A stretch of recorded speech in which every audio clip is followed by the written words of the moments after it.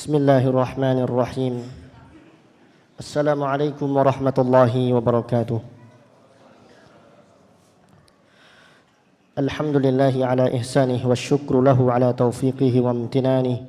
Wa ashhadu an la ilaha illallah wahdahu la syarika lah ta'ziman li sya'nih. Wa ashhadu anna Muhammadan abduhu wa rasuluhu ad-da'i ila ridwanih. Sallallahu alaihi wa ala alihi wa ashabihi wa ikhwanih. Amma ba'd, ikhwatal iman, Bapak Ibu jamaah salat subuh Masjid Nurus Sunnah yang semoga Allah subhanahu wa ta'ala rahmati.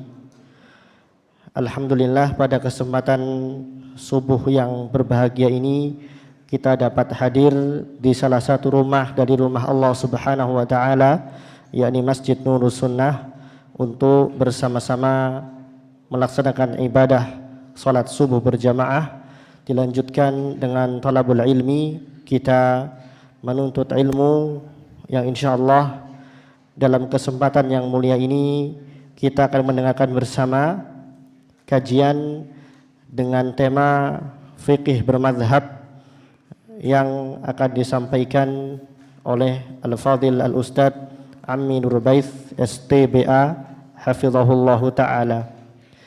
Kita berharap semoga Allah subhanahu wa ta'ala memberikan kepada kita ilmu yang bermanfaat, rizki yang baik dan amal yang diterima. Allahumma inni as'aluka ilman nafi'a wa rizqan thayyiba wa amalan mutaqabbala. Hadirin yang berbahagia, sebelum kita mulai kajian pada kesempatan subuh yang berbahagia ini, kami mohon hadirin sekalian dapat menyimak dengan khusyuk, dapat menyimak dengan baik apa yang disampaikan oleh Al-Ustaz, dan nanti apabila ada pertanyaan akan dibuka sesi dialog tanya jawab yang mana akan diatur oleh panitia. Demikian kiranya bisa kami sampaikan sebagai pembukaan untuk mempersingkat waktu. Tanpa berpanjang kalam, kami serahkan kepada Al-Ustadz Al-Fadhil Ammi Nurbaith hafizahullah ta'ala untuk menyampaikan kajiannya. Demikian yang dapat kami sampaikan. Jazakumullahu khairan katsiran kepada Al-Ustadz.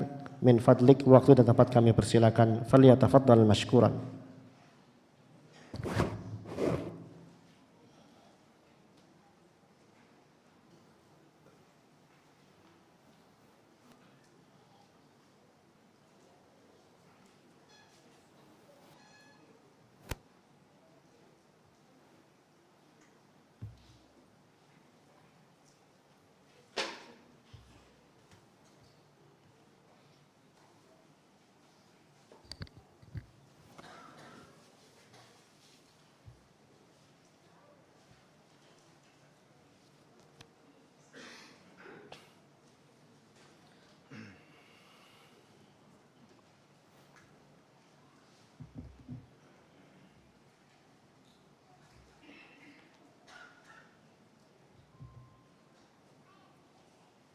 Bismillah.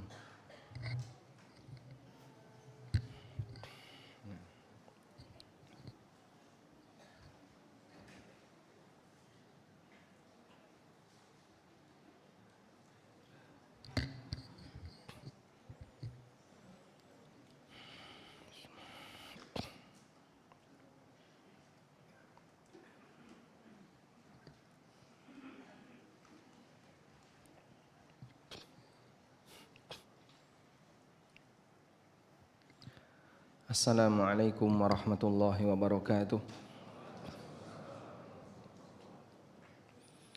Alhamdulillahi rabbil alamin. Wassalatu wassalamu ala ashrafil mursalin, nabiyyina wa maulana Muhammadin wa ala alihi wa sahbihi ajma'in.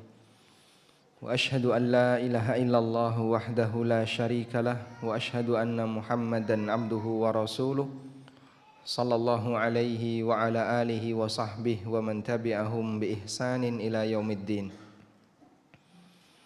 Alhamdulillah, puji syukur kita haturkan kehadirat Allah subhanahu wa ta'ala. Di kesempatan pagi hari ini kita dimudahkan untuk bisa belajar bersama Semoga apa yang kita lakukan menjadi amal saleh yang ada hasilnya kelak di yaumil akhir. Allah Subhanahu wa taala menyebutkan dalam Al-Qur'an bahwa ada di antara hambanya yang ketika dia bertaubat kepada Allah, Allah gantikan setiap maksiat yang dia lakukan menjadi sumber pahala. Sehingga pada saat dia bertaubat terjadilah at-tabdil, pengubahan antara posisi dosa berubah jadi pahala. Allah Ta'ala berfirman, illa man taba wa amana wa amila amalan saliha faulaika yubaddilullahu sayyiatihim hasanat.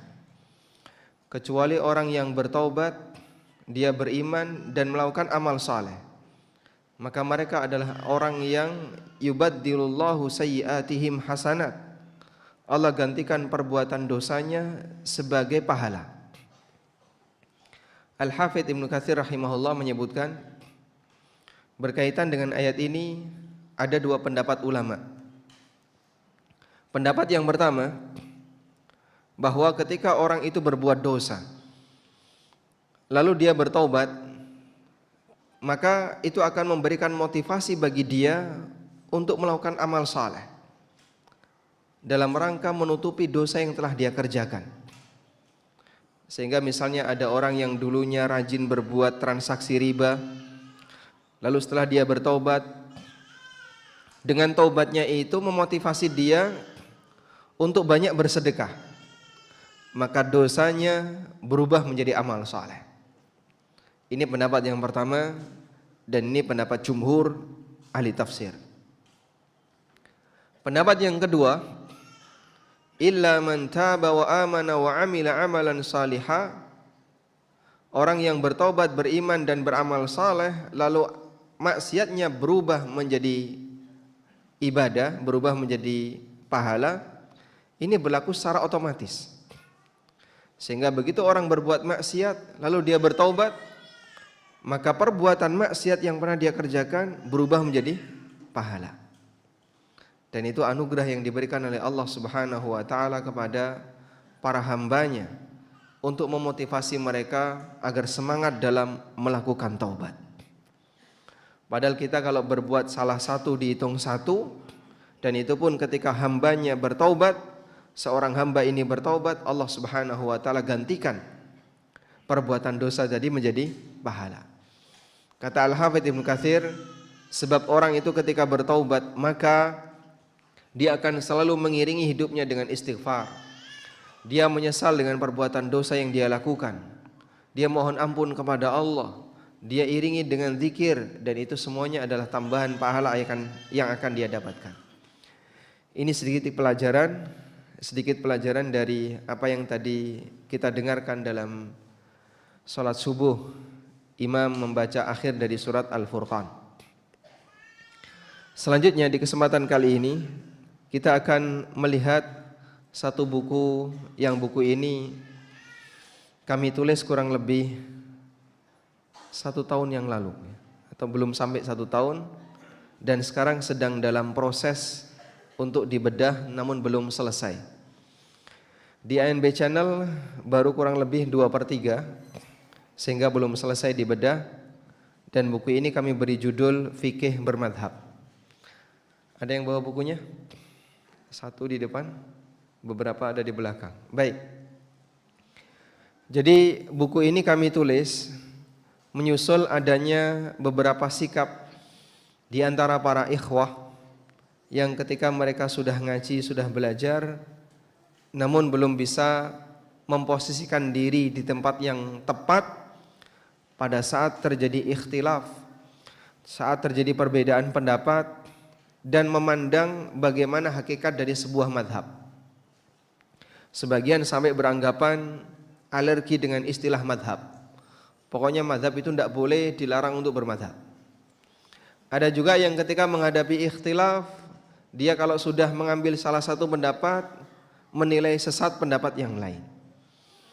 Bahkan sampai ada sebagian ikhwah yang tidak mau belajar kepada ustadz tertentu dengan alasan ustadz ini berbeda pendapat dengan ustadz dia.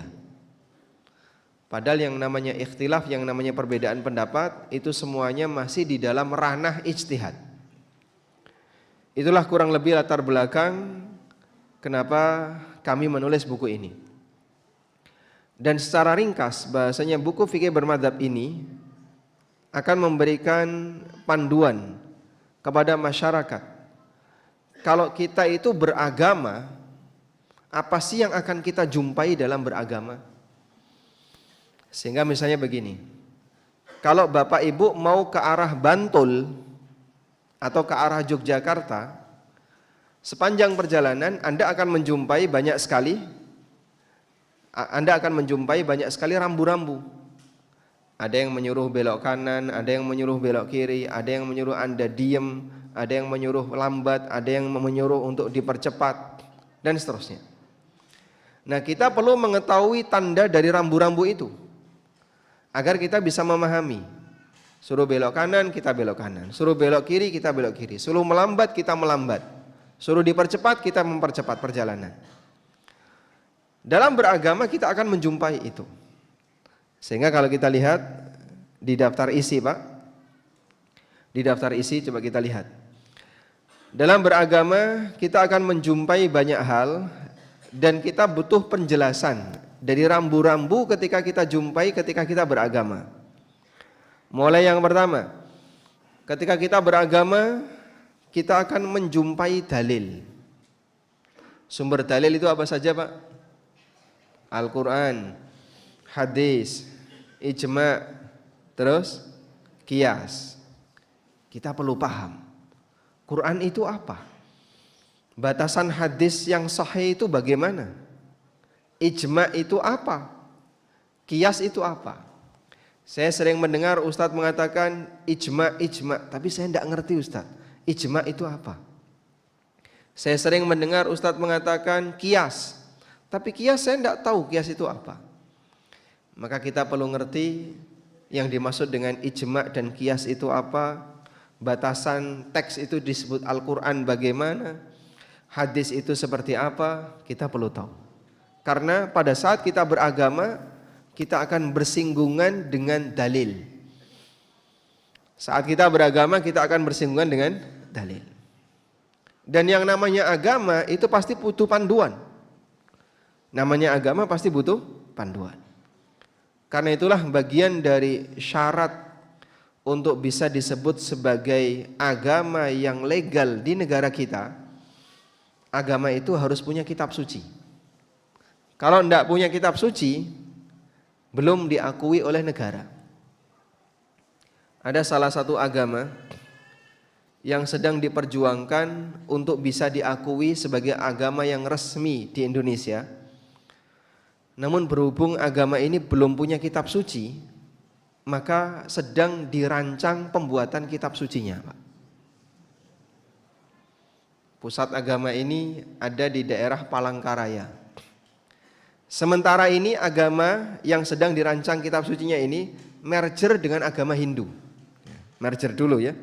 Nanti kalau kemudian sudah punya kitab suci, rencana mereka akan menjadi agama tersendiri dan mau diajukan ke pemerintah, Departemen Agama, agar diakui sebagai agama yang sah, yang resmi, milik, atau yang diakui resmi negara. Ada yang tahu nama agamanya? Namanya agama Kaharingan. Itu ada di Palangka. Jadi pusatnya ada di Kalimantan Tengah dan penganutnya dominan adalah masyarakat Dayak. Mereka disebut Hindu, aslinya tidak mau. Kami bukan Hindu, kami agama sendiri, namanya agama Kaharingan. Tapi karena belum punya kitab suci, sehingga belum bisa diresmikan oleh negara. Dan di sana ada sebuah kampus yang sedang menggodok pembuatan kitab suci agama ini. Tayyib. Dan itu hal yang wajar, karena agama kalau tidak punya kitab suci, berarti penganutnya nggak punya panduan. Maka umat Islam diberi oleh Allah Subhanahu wa taala panduan berupa kitab suci Al-Qur'an kemudian wahyu yang diberikan oleh Nabi SAW yang berupa hadis, ada ijma' ulama, dan proses qiyas yang dilakukan oleh para ulama. Baik, sekarang saya mau tanya. Panduan agama yang Allah berikan itu sifatnya pemberian atau kita diminta untuk mencari sendiri, Pak? Pemberian atau mencari sendiri? Pemberian. Sehingga ketika kita berislam, dalil itu dikasih oleh Allah. Al-Quran Allah yang ngasih, hadis Nabi SAW Allah yang kasih. Semuanya adalah wahyu. Wa ma yantiqu 'anil hawa in huwa illa wahyu yuha. Maka berbicara sumber dalil, manusia itu dikasih, bukan manusia diminta untuk mencari sendiri. Karena isi agama itu ada unsur akidah, ada unsur ibadah, ada aturan dalam muamalah, ada yang mengajarkan adab dan akhlak, maka semua ini Allah yang ngasih. Sehingga kalau kita ditanya, akidah itu kita sendiri yang nyari atau kita cukup mempelajari? Jawabannya apa? Jawabannya cukup mempelajari. Sehingga manusia itu tidak diperintahkan untuk mencari akidah. Kita juga tidak diperintahkan untuk mencari tata cara beribadah. Kita juga tidak diperintahkan untuk mencari hukum dalam bermuamalah, tidak. Namun yang diperintahkan adalah kita disuruh untuk mempelajari, meyakini jika bentuknya akidah, mengamalkan jika bentuknya ibadah, dan melaksanakan konsekuensinya kalau bentuknya adalah aturan muamalah. Maka agama itu anugerah dari Allah, bukan proses mencari yang dilakukan oleh manusia. Paham insyaallah ini? Karena itu tidak ada istilah mencari akidah, itu tidak ada, Pak. Makanya kalau kemudian kita ditanya, bisa enggak akidah itu di logika, Pak? Akidah itu di logika bisa enggak, Pak? Kok ragu jawabnya? Menurut Anda akidah itu di logika bisa enggak? Tidak mungkin, Pak. Kok bisa, Pak Ustadz? Disebut tidak mungkin. Coba di sini ada berapa orang di sini? Anggap misalnya 300. Atau yang putra 200, yang putri 100 misalnya. Apabila kita diperintahkan, wahai manusia, silahkan kalian cari akidah kalian berdasarkan logika kalian. Kalau di sini ada 200 orang, berarti ada berapa akidah? 200 akidah. Karena yang namanya logika itu berbeda antara satu orang dengan orang yang lain dan memungkinkan untuk berubah-ubah. Hari ini dia berlogika, besok dia berlogika lagi, bisa jadi logika itu akan berubah lagi. Dan demikian seterusnya. Makanya Allah Subhanahu wa taala tegaskan dalam Al-Qur'an tentang bagaimana kemukjizatan Al-Qur'an. Walau kana min 'indi ghairillah lawajadu fi ikhtilafan katsira. Andaikan Al-Qur'an itu tidak turun dari Allah, andaikan Quran itu turun dari selain Allah, maka kalian akan menjumpai adanya banyak sekali perbedaan di sana. Ada banyak benturan. Karena Al-Quran itu turun selama 22 tahun sekian bulan, anggaplah selama 23 tahun, tapi dalam masalah akidah enggak pernah ada perubahan. Dalam Al-Quran yang turun selama 23 tahun, dalam masalah prinsip dan akidah tidak pernah ada perubahan. Padahal yang namanya manusia disuruh berpikir selama 23 tahun. Mungkin gak ada perubahan, Pak? Sangat mungkin. Jangankan 23 tahun. Bahkan dalam waktu sehari saja, pagi tempe, sore kualik, Pak. Esok dele, sore malih tempe. Itulah manusia. Tapi Al-Quran tidak. Makanya kalau ada orang berpikir seperti ini, kita berakidah itu harus berdasarkan logika. Sehingga akidah yang benar itu adalah akidah yang disusun berdasarkan pendekatan ilmu filsafat. Akhirnya dia rancang akidah dengan logika. Bisa kita pastikan akan banyak sekali benturan. Dan itulah yang terjadi pada akidahnya Ahlul Kalam. Sehingga kita lihat seperti Mu'tazilah, Qadariyah, Jahmiyah, terus apa lagi? Kullabiyah. Itu semuanya berawal dari akidah Ahlul Kalam, di mana mereka merancang akidahnya pakai logika. Terjadi banyak sekali benturan, Pak. Dalam akidah Ahlul Kalam, dari sekte-sekte yang tadi kita sebutkan, itu kan pecah berkeping-keping. Ada yang bilang gini, ada yang bilang ini, ada yang bilang ini. Mohon maaf, ya. Ini barangkali sensitif kalimat ini. Asy'ariyah sendiri itu kan termasuk bagian dari itu. Karena dia turunan dari Kullabiyah dan Maturidiyah, akidahnya Ahlul Kalam. Ar-Razi sebagai imamnya Asy'ariyah, itu benturan antara satu pendapat dia dengan pendapat dia yang lain. Sampai akhirnya di akhir hayatnya dia mengatakan, wa ma jama'na illa qil wa qalu. Yang saya kumpulkan selama ini hanya katanya-katanya. Bingung dia. Dia bingung. Karena banyak sekali kalam-kalam dia dalam masalah akidah yang ternyata benturan antara satu dengan yang lain.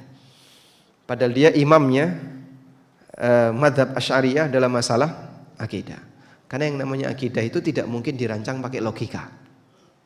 Akidah itu anugerah dari Allah, tinggal kita terima apa adanya, sudah, yakini sebagaimana apa yang kita terima.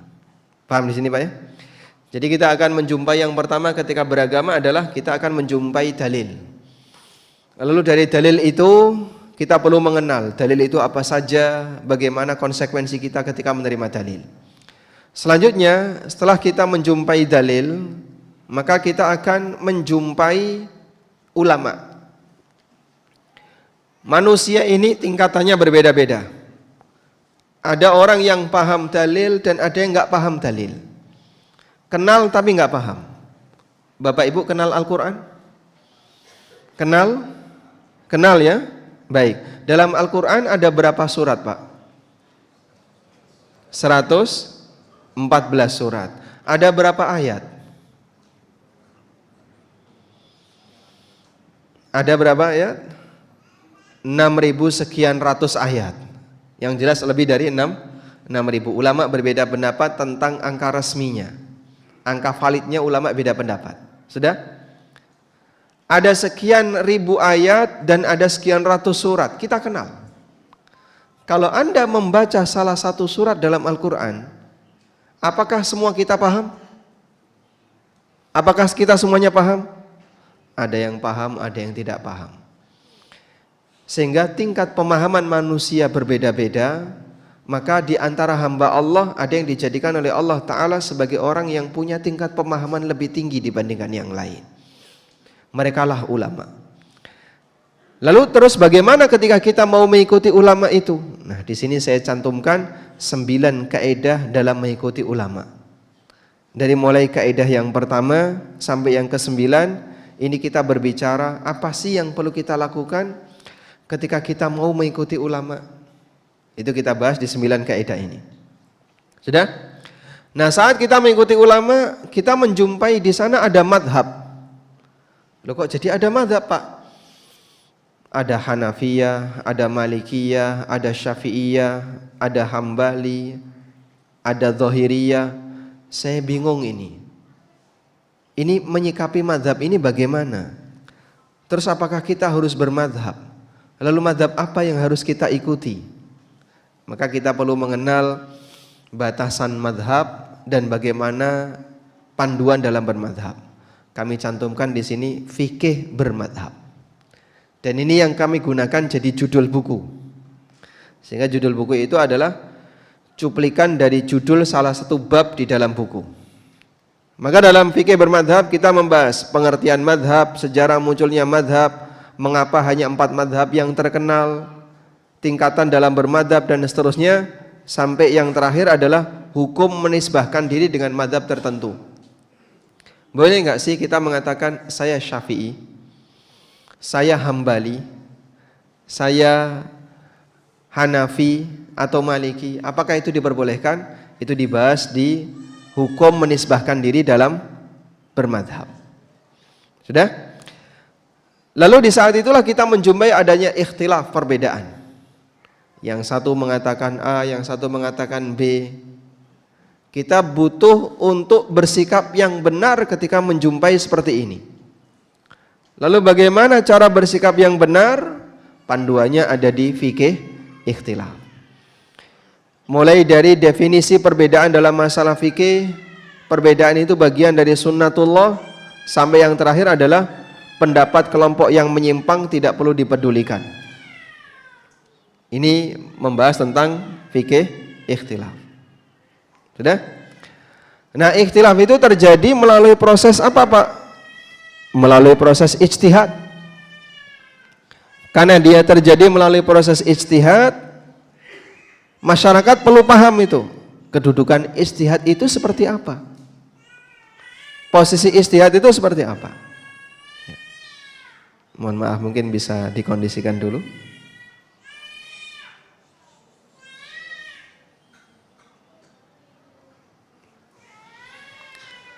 Sehingga kemudian kami bahas pengantar tentang ijtihad. Kita bahas untuk sasaran masyarakat umum, sehingga yang kami bahas di sini bukan mengajak masyarakat awam mari berijtihad bersama-sama. Kan itu tidak mungkin, Pak.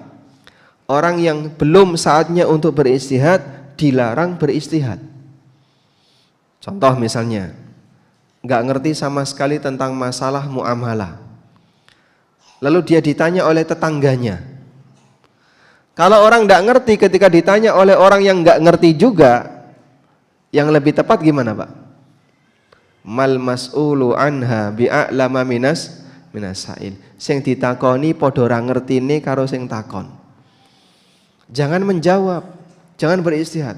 Kalau menurut saya sih kayak gini boleh, Pak. Menurut saya loh, Pak, ini tidak apa-apa kayak gini. Udahlah Bapak lakuin aja.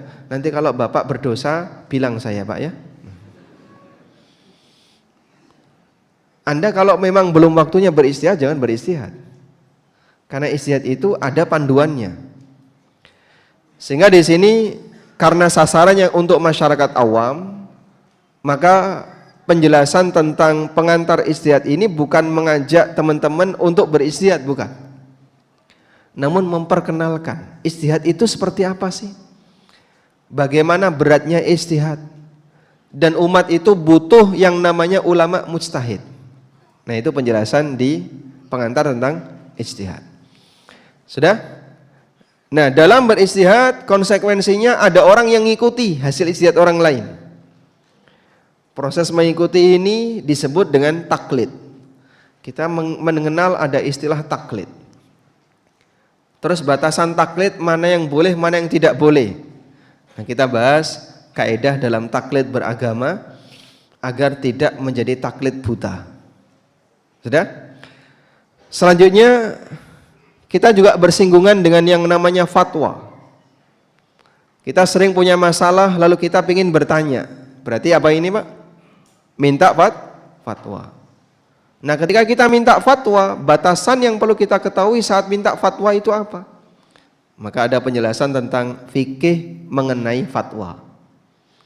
Adab ketika minta fatwa, hukum dalam berfatwa, dan seterusnya. Ini dibahas di fikih fatwa. Lalu kita juga menjumpai adanya penghalang kenapa manusia itu tidak mau ikut kebenaran.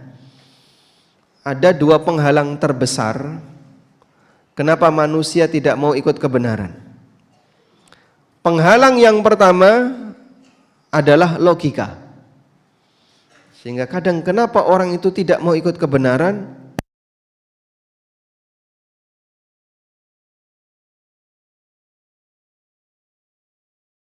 Khalid ibn Walid radhiyallahu anhu, beliau ketika masuk Islam, Khalid masuk Islam ketika kapan?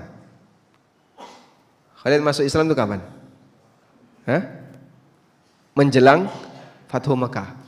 Khalid ibn Walid masuk Islam menjelang Fathu Mekah.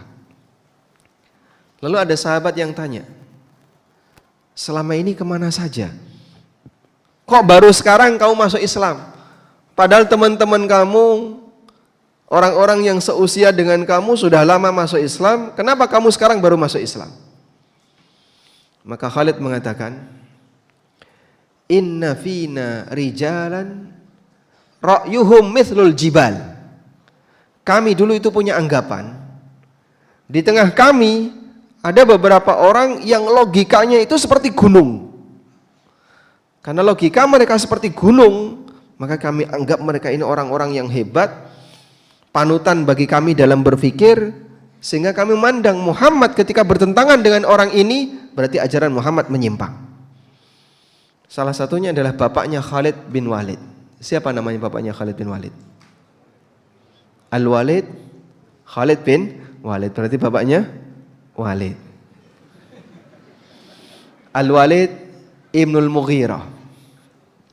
Al-Walid Ibnul Mughirah ini orang yang dianggap paling cerdas, paling pinter, sehingga dia dijadikan sebagai rujukan oleh masyarakat Arab ketika mereka punya masalah.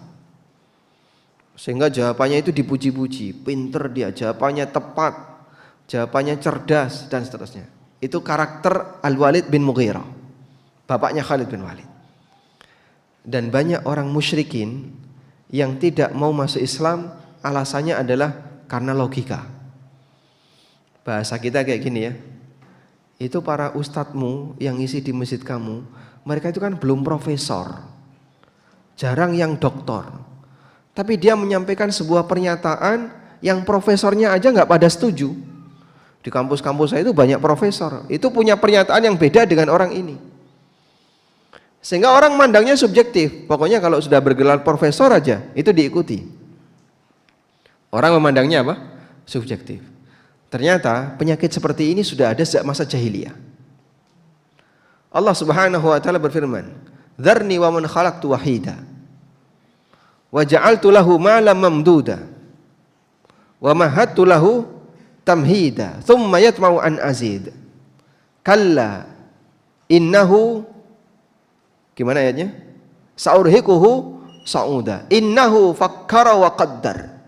Faqutila kaifa qaddar thumma qutila kaifa qaddar." Ayat ini berbicara tentang Al-Walid bin Mughirah. Dzarni wa man khalaqtu wahida. Biarkan aku dengan orang yang aku ciptakan sendirian, yaitu Walid ibn Mughirah. Kamu enggak usah ngurusi Al-Walid bin Mughirah.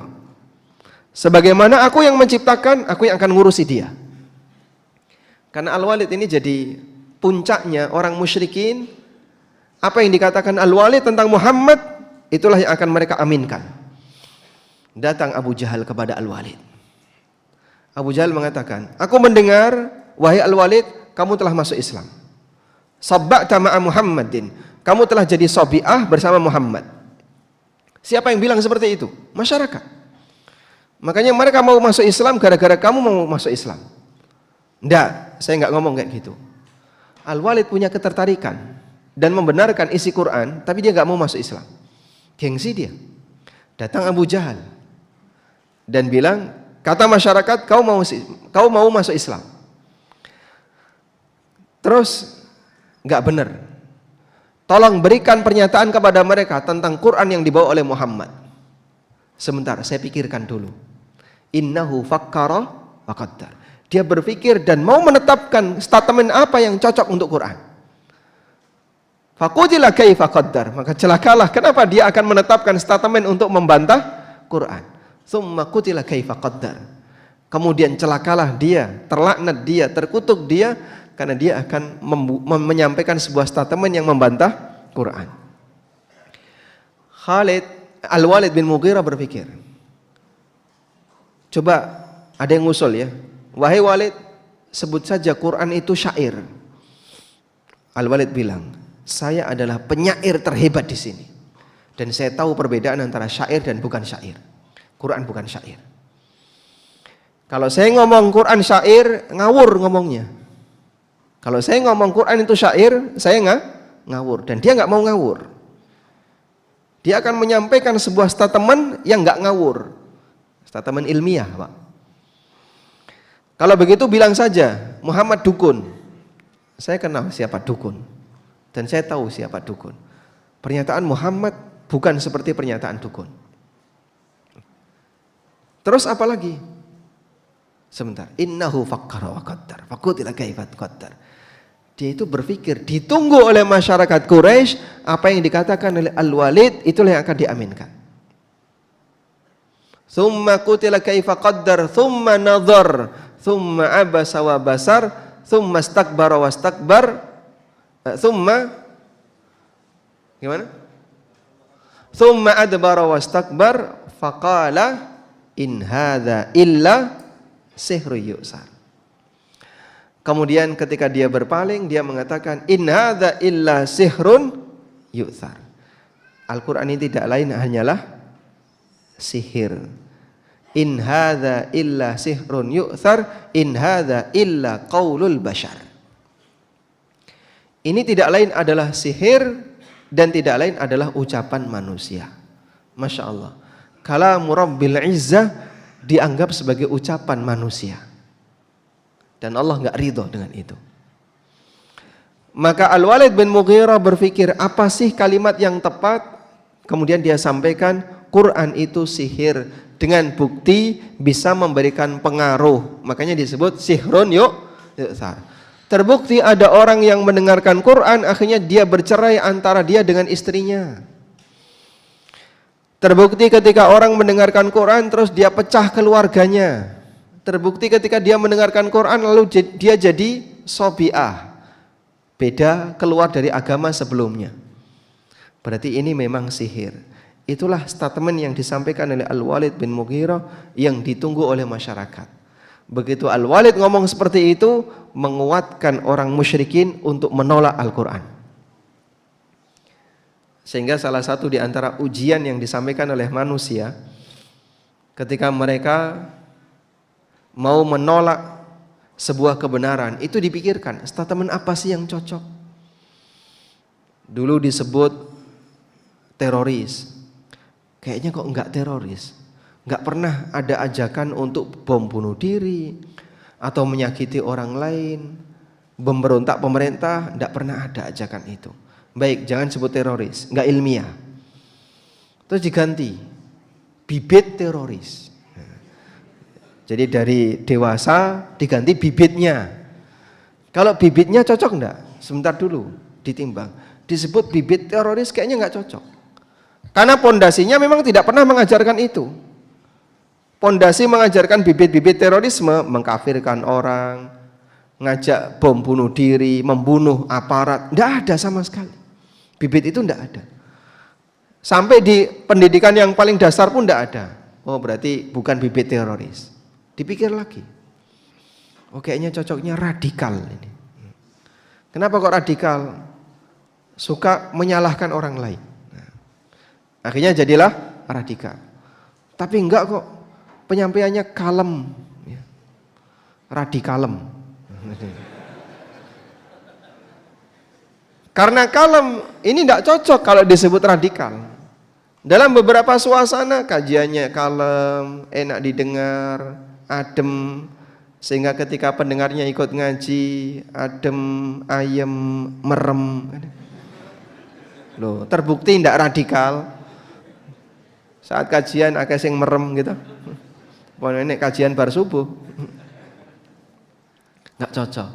Turun lagi jadi bibit radikal. Dan itu yang terakhir sekarang ya. Gelar bibit radikal. Sehingga orang ketika mau memberikan sebuah statement itu uji teori dulu Pak. Ini cocok enggak? Kalau enggak cocok, ganti.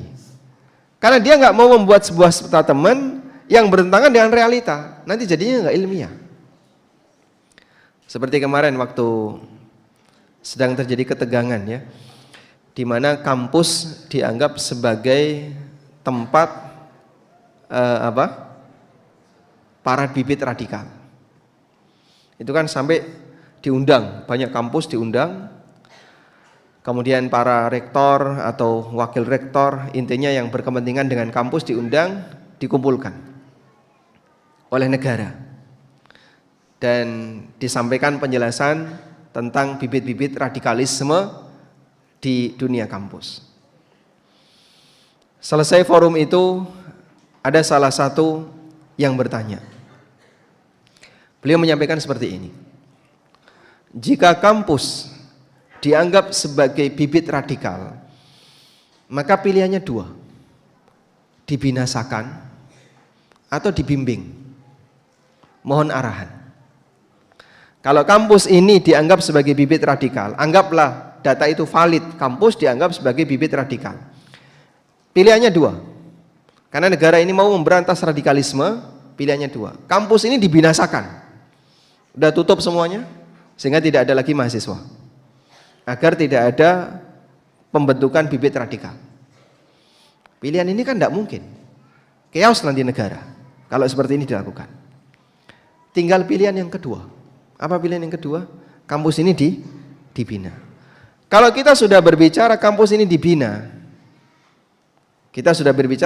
dibina, berarti ranahnya adalah ranah Departemen Pendidikan, bukan ranahnya aparat. Karena ini ranah pembinaan. Paham di sini, Pak? Baik. Dan itu salah satu kesimpulan yang sangat bagus. Sebab orang ketika sudah berbicara tentang masalah tuduhan, itu kan butuh bukti, plus setelah ada bukti, dia harus memberikan solusi. Baik. Ini yang pertama. Jadi kenapa orang itu tidak mau mengikuti kebenaran? Salah satunya apa Pak tadi? Karena logika. Yang kedua adalah karena budaya, Pak. Budaya itu kadang pertimbangannya bukan logika. Dan banyak budaya yang tidak sesuai logika. Misalnya ya, kalau di daerah Yogyakarta dan sekitarnya ada budaya pantangan melakukan hajatan ketika bulan Suro, ketika bulan Muharram. Itu penjelasan pakai logika kan tidak bisa. Atau mereka punya budaya Grebek Suro. Jadi pada saat acara Grebek Suro itu nanti menyebarkan makanan, gunungan makanan, terus disawur-sawur disebar. Akhirnya orang rebutan. Saat orang rebutan itu ya ada yang injak-injakan, ada yang senggol-senggolan. Cuman alhamdulillah karena tidak ada gas air mata, jadi korbannya nggak ada. Padahal itu Pak yang kumpul banyak sekali Pak. Masa yang kumpul banyak, dan ketika makanan itu dilempar ya orang rebutan. Ada juga yang nyebar apem, ya, sehingga saat apem itu dilempar rebutan. Itu ada yang keinjek, ada yang kesenggol. Ya mungkin korbannya ada tapi tidak sampai korban nyawa. Baik, ini terkait masalah budaya. Jadi budaya itu kadang bukan alasan logika, tapi alasan apa? Kebiasaan. Nah sebagian orang tidak mau mengikuti kebenaran karena pertimbangan apa? Budaya. Di zaman Nabi SAW seperti itu. Inna wajadna aba'ana ala ummatin wa inna ala atharihim muqtadun. Kami jumpai bapak-bapak kami, mereka sudah mengikuti budaya seperti ini, wa inna ala atharihim muqtadun, dan kami mengikuti peninggalan mereka. Kamu jangan ubah-ubah budaya. Ini sudah jadi pakem. Sehingga jangan mengubah pakem yang sudah berlaku. Paham di sini? Sehingga ada sebagian orang yang dia tidak mau mengikuti kebenaran karena pertimbangan budaya.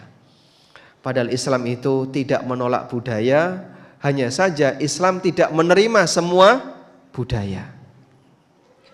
Karena kalau budaya itu bertentangan dengan prinsip kemanusiaan, ya jelas itu budaya yang tidak boleh dilakukan. Contohnya apa Pak? Budaya udo misalnya. Telanjang itu kan bertentangan dengan prinsip kemanusiaan.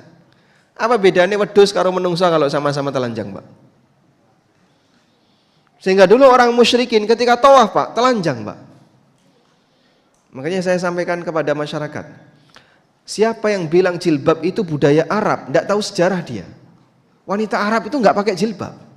Kalau tawaf telanjang, kok disebut jilbab budaya Arab? Ini ngawur. Orang Arab sudah punya budaya sebelum Islam datang. Dan saat Islam datang, mereka menolak kebenaran Islam dengan alasan budaya. Kalau kemudian tradisi seperti ini menolak kebenaran dengan alasan budaya, itu kan berarti sama dengan mengulang sejarah. Yang dulu sudah pernah ada seperti itu, diulang di tempat yang lain, yang beda hanya pelakunya dan waktunya. Begitu Pak ya?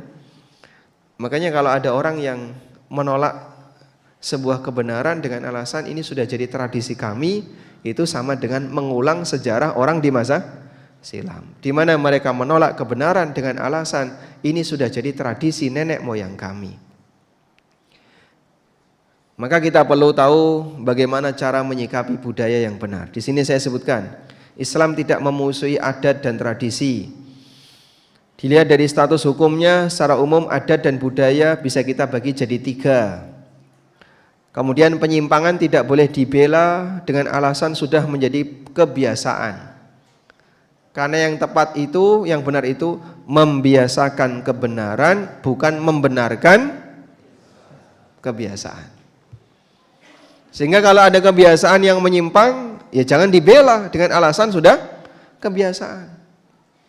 Misalnya, ada orang punya kebiasaan makan pakai tangan kiri. Ini kebiasaan baik atau buruk? Buruk. Terus ada orang ingetin, Pak, makan jangan pakai tangan kiri. Tapi saya sudah biasa kayak gini. Kalau sudah biasa terus kenapa, Pak? Ya udah jangan diingetin, biarin aja.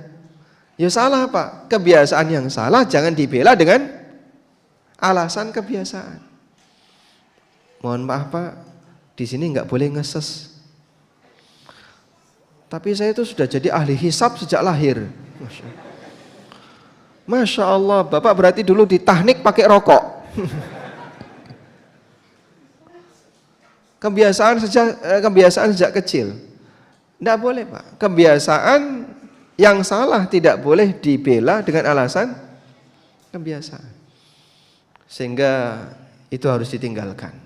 Dalam masalah kesehatan, orang itu nurut. Dokter ngasih saran, Bapak sudah enggak boleh lagi tidur mengkurep. Karena ini jantung Bapak bermasalah. Nek Bapak tidur mengkurep cepat mati. Itu saran dokter. Setelah diagnosis, kemudian dokter ngasih saran seperti itu. Terus orangnya beralasan, tapi ini sudah kebiasaan saya. Kira-kira kalau dokter ngasih saran, terus pasien beralasan kebiasaan, gimana, Pak? Ya sakarepmu, Pak. Dokter akan ngasih saran, tinggalkan kebiasaan buruk itu, tinggalkan. Kamu harus berlatih untuk melakukan kebiasaan baik. Kita itu yang namanya nasi dan gula itu sejak kecil, Pak. Begitu orang punya penyakit gula, lalu gulanya dikontrol. Bapak kalau minum teh yang tawar, ini harus tawar, semuanya serba tawar. Mas, saya sudah biasa makan gula, kok tiba-tiba disuruh semuanya serba tawar. Ya Bapak harus berlatih untuk mengubah kebiasaan. Nurut dia itu, Pak. Pasien itu nurut. Karena dia tahu, dia pengen selamat. Biar dia nggak sakit-sakitan. Tolong gunakan standar yang sama dalam masalah beragama. Sehingga kalau kita punya kebiasaan yang nggak benar, lalu diingatkan kebiasaan ini nggak boleh karena aturannya kayak gini, seharusnya gimana? Nurut. Karena kalau kebiasaan ini dilakukan, kita nggak selamat, bisa berbahaya bagi kehidupan kita. Itu cara sederhana dalam menyikapi kebiasaan. Kemudian di bagian akhir kami sebutkan tentang 2 sumber penyakit hati. Sehingga kenapa orang itu tetap tidak mau lurus, kecenderungannya serong ke kiri, belok, karena dia punya syubhat dan syahwat. Maka saya bahas tentang masalah syubhat dan syahwat dan bagaimana solusi dalam mengatasinya. Dan yang paling terakhir nasihat terpisah, ini membahas tentang beberapa nasihat penting yang semoga bisa jadi prinsip dalam beragama. Walhamdulillah. Baik. Selanjutnya sebagai pelengkap, coba Anda buka halaman 200. Coba dibuka halaman 200.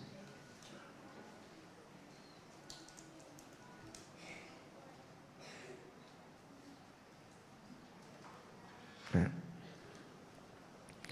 Di halaman 200 saya mengutip keterangan Asy-Syatibi.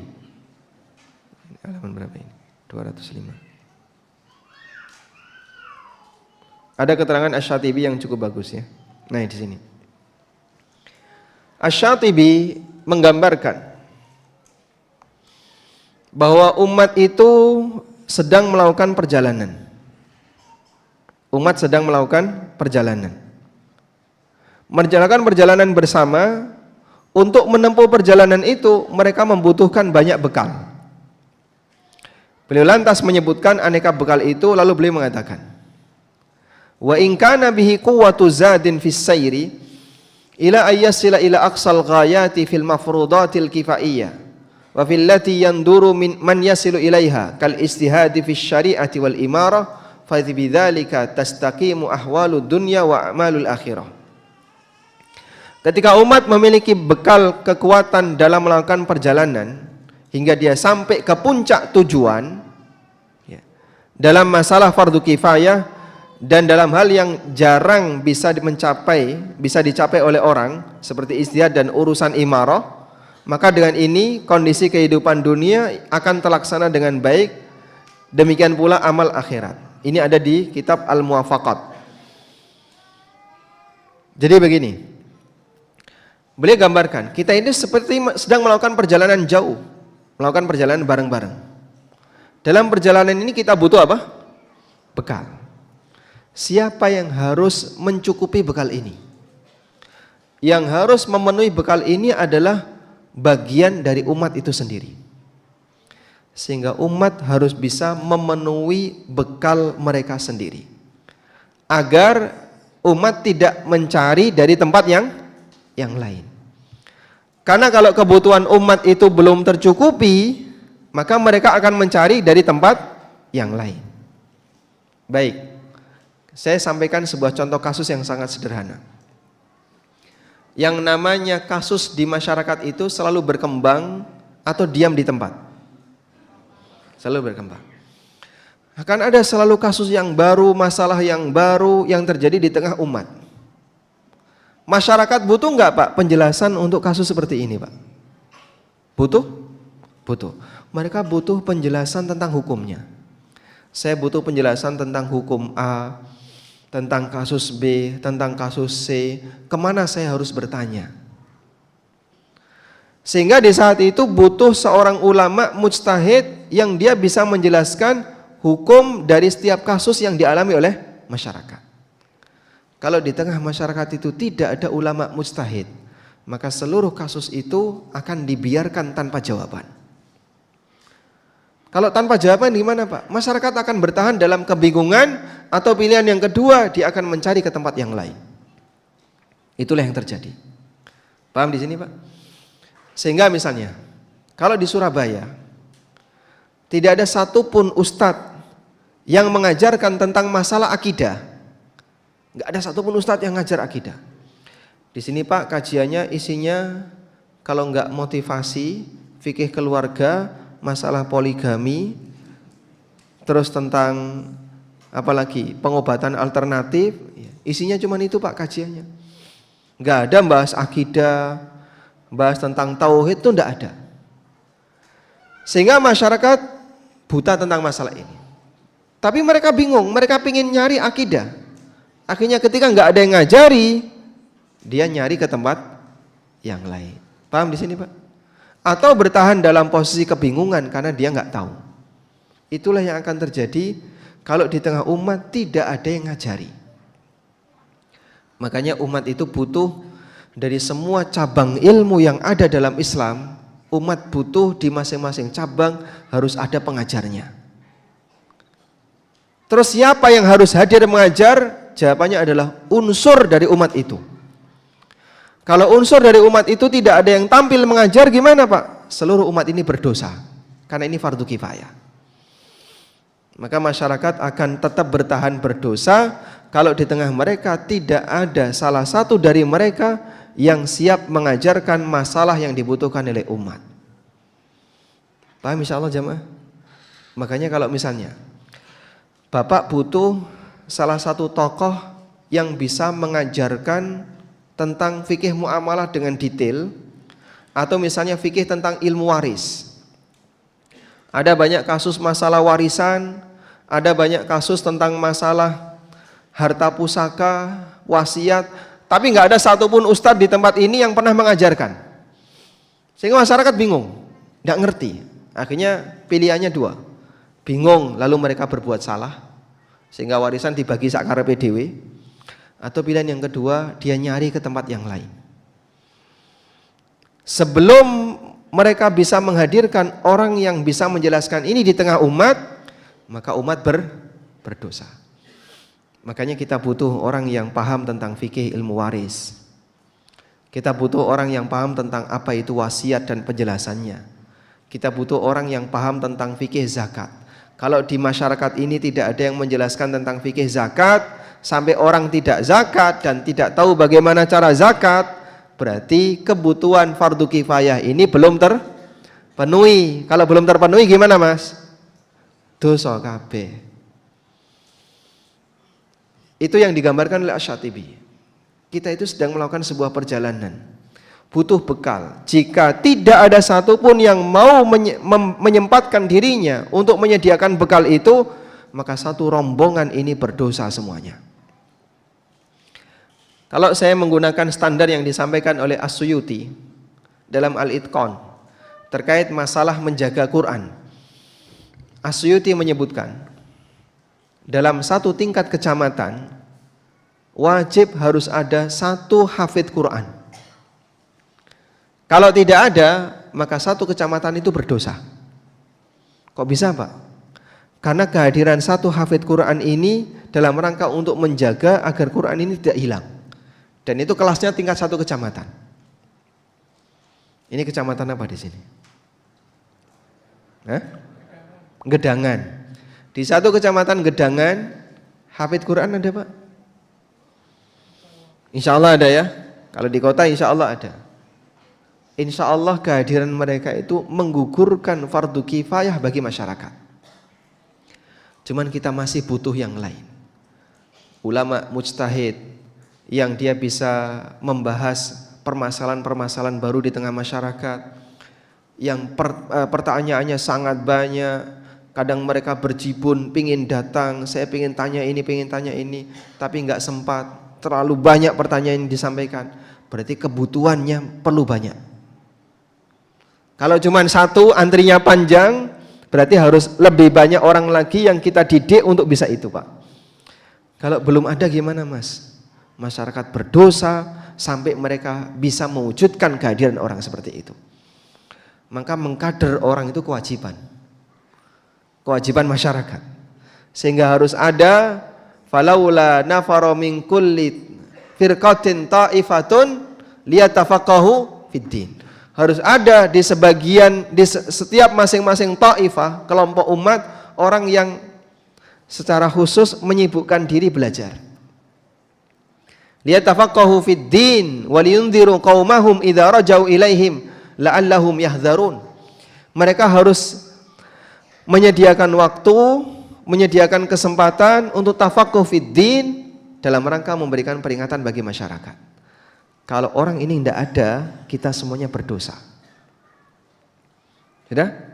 Karena itulah jamaah, kita butuh manusia seperti Ibnu Taimiyah, seorang mujtahid yang beliau bisa banyak memberikan penjelasan bagi masyarakat.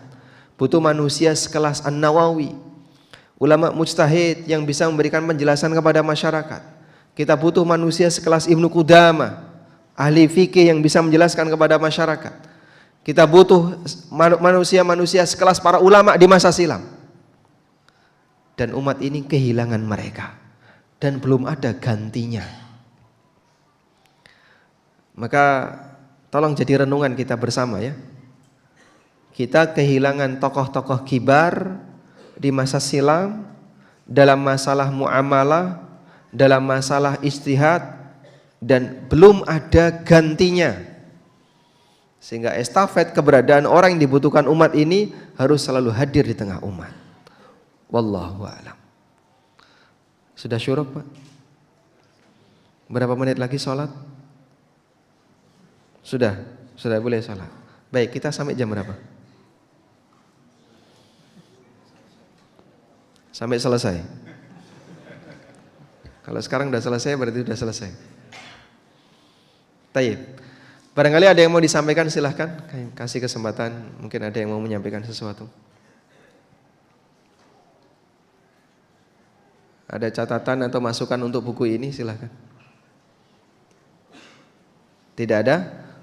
Walhamdulillah, masyaallah. Silahkan Pak.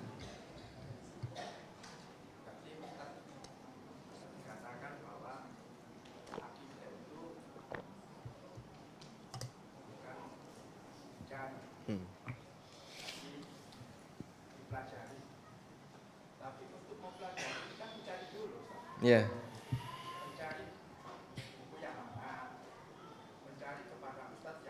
Ya.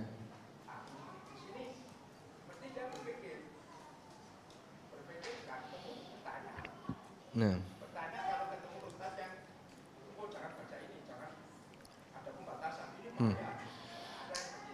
Nah. Nah.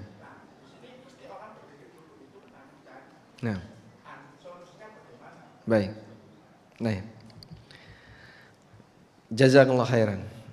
Beliau bertanya, ini mungkin teman-teman nggak dengar pertanyaan beliau.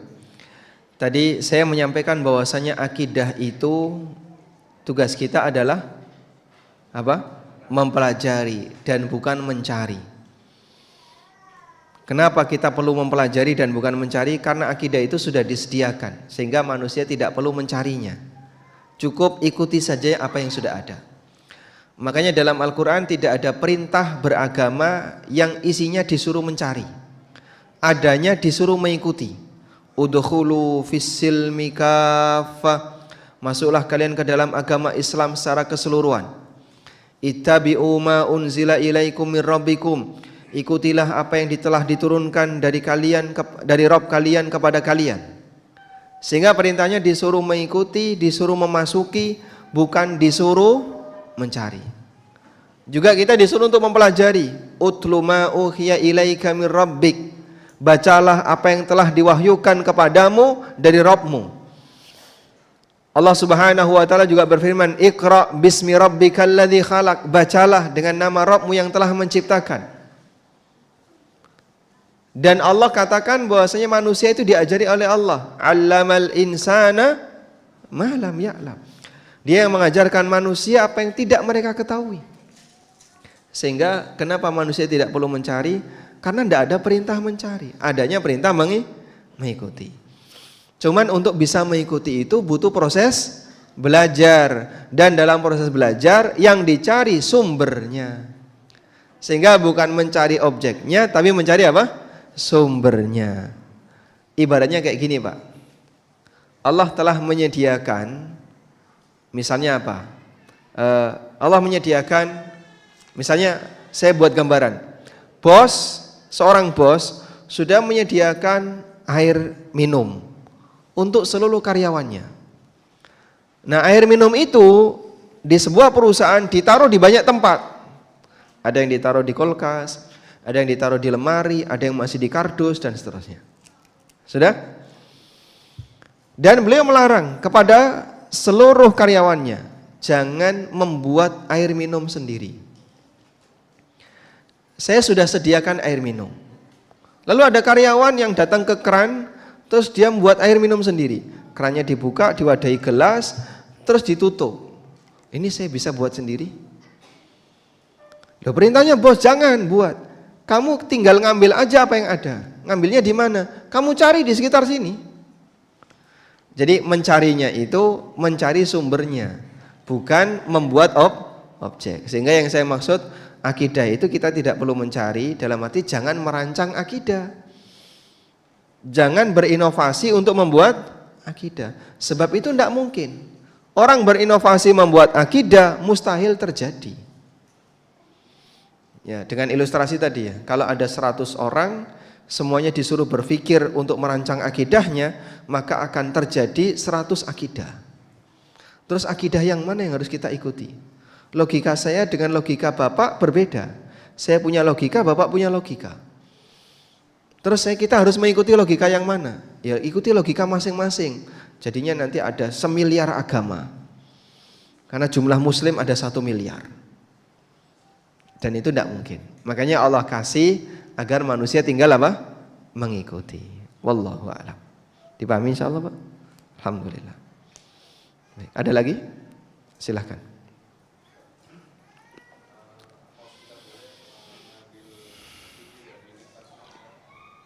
Apakah boleh mengambil fikih dari lintas madhab? Contohnya gimana?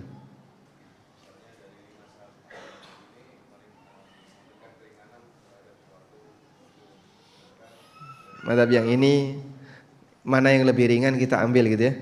Madhab ini lebih ringan kita ambil, nanti pindah ke madhab yang lain karena ini lebih ringan, begitu? Baik. Apakah diperbolehkan kita melakukan lintas madhab? Coba Anda lihat di daftar isi, itu saya bahas yang namanya talfik madhahib. Apa itu Pak talfik madhahib? Berpindah madhab atau menggabungkan antara satu madhab dengan madhab yang lain. Menggabungkan aneka madhab, namanya talfik madhahib. Jadi misalnya kayak gini Pak, dalam satu wudu kita menggabungkan aneka madhab. Mana tadi? Ini, menggabungkan aneka madhab. Dalam satu wudu kita menggabungkan aneka madhab. Misalnya, menurut Syafi'iyah, orang yang berwudu lalu bersentuhan dengan istrinya batal. Kalau kaidahnya dalam madhab Syafi'iyah itu kan menyentuh wanita yang bukan mahram membatalkan wudu. Berarti kalau menyentuh istrinya itu batal wudu atau tidak? Saya ulang ya. Dalam madhab Syafi'iyah bersentuhan dengan lawan jenis yang bukan mahram batal wudu. Berarti kalau bersentuhan dengan istri itu batal wudu atau tidak?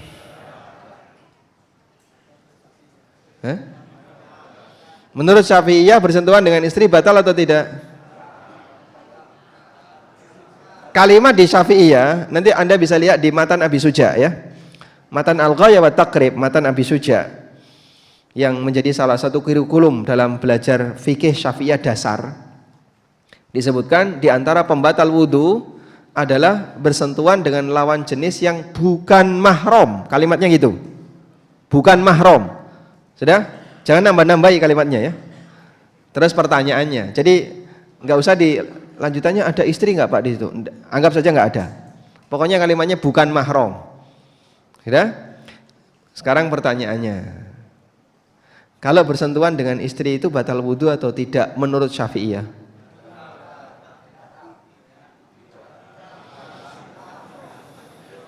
Hah?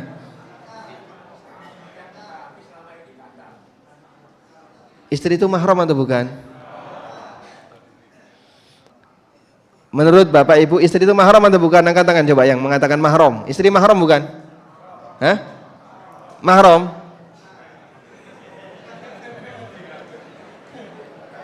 Istri itu mahram bukan Pak? Hah? Mahram? Bukan mahram? Terjadi ikhtilaf ini.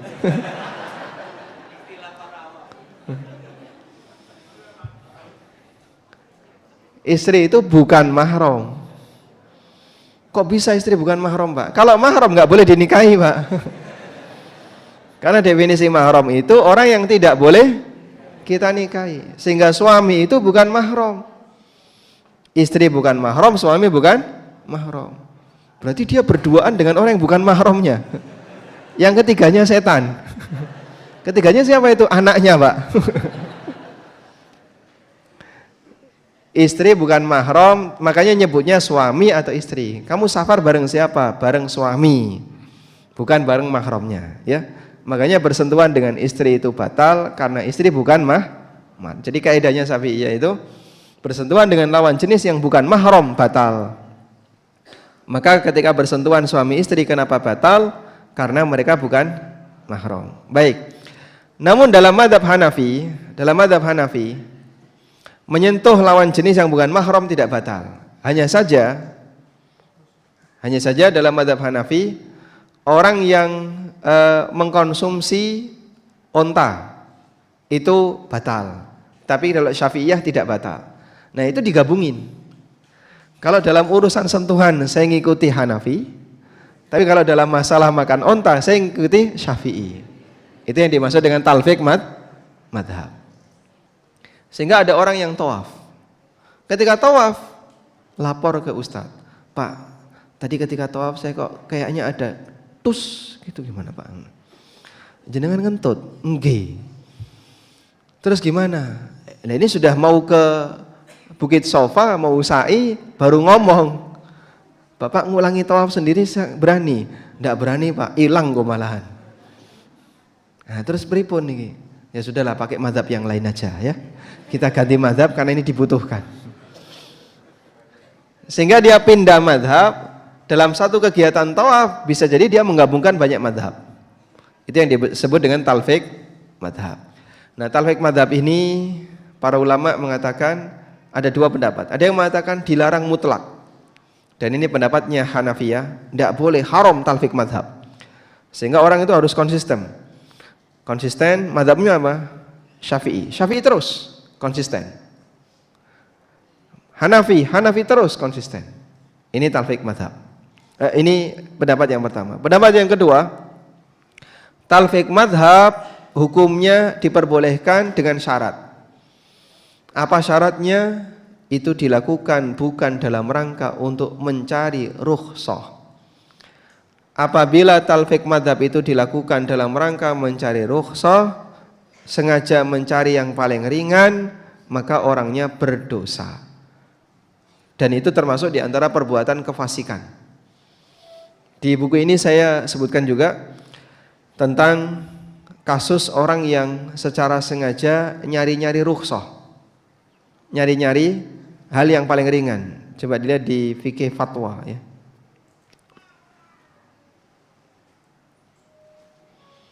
Ada orang yang lebih cenderung untuk mencari fatwa orang yang atau tokoh agama yang cenderung membolehkan sesuatu, mutasahil. Karena kan kadang ada ustadz itu yang gayanya, atau tokoh agama yang gayanya udah nggak apa-apa, semuanya jadi aku rapopo. Jawabannya itu nggak apa-apa terus. Ini orang kok semuanya dijawab nggak apa-apa. Akhirnya kalau di ustadz satu nggak boleh, ustadz muaranya yang terakhir di sini Pak. Insya Allah kalau ini boleh. Yang terakhir ini serba nggak apa-apa. Namanya apa? Mutasahil. Nah tanya kepada orang yang seperti ini boleh atau tidak. Atau orang yang dia suka mencari hal yang paling ringan. Sengaja mencari yang paling ringan. Tatabu'ur rukhas. Ini ada di masalah taklid. Sengaja nyari yang paling gampang. Itu juga perbuatan kefasikan. Tidak boleh kayak gitu. Allah Maha tahu niatnya. Sehingga boleh saja pindah madhab, namun dilakukan bukan karena untuk mencari yang paling ringan, tapi dia pindah madhab karena alasan ini yang menurut saya paling benar. Kalau keyakinan itu boleh. Wallahu a'lam. Walhamdulillahirabbil alamin. Demikian yang bisa kita sampaikan. Semoga bermanfaat. Wassallallahu ala nabiyyina Muhammadin wa ala alihi wa sahbihi wasallam. Wa akhiru da'wana anil hamdulillahirabbil alamin. Subhanakallahumma wa bihamdika asyhadu an la ilaha illa anta astaghfiruka wa atubu ilaik. Wassalamu alaikum warahmatullahi wabarakatuh.